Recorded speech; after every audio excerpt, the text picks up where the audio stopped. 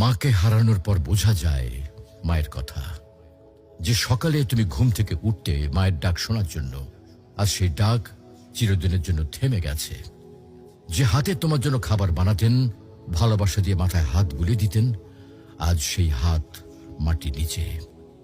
যখন মা বেঁচে ছিলেন তুমি হয়তো বলেছ, মা আমি ব্যস্ত আছি, মা পরে কথা বলবো।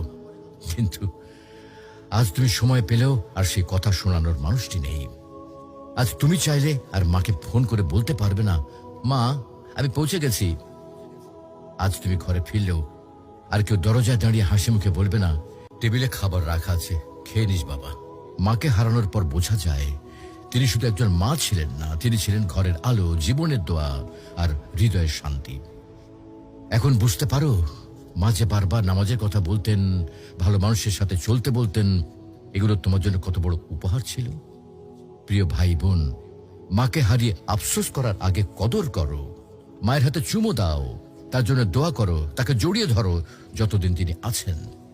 কারণ হয়তো একদিন তুমি শুধু বসে বসে কাঁদবে আর মনে পড়বে, ইস যদি মাকে আরেকবার জড়িয়ে ধরতে পারতাম।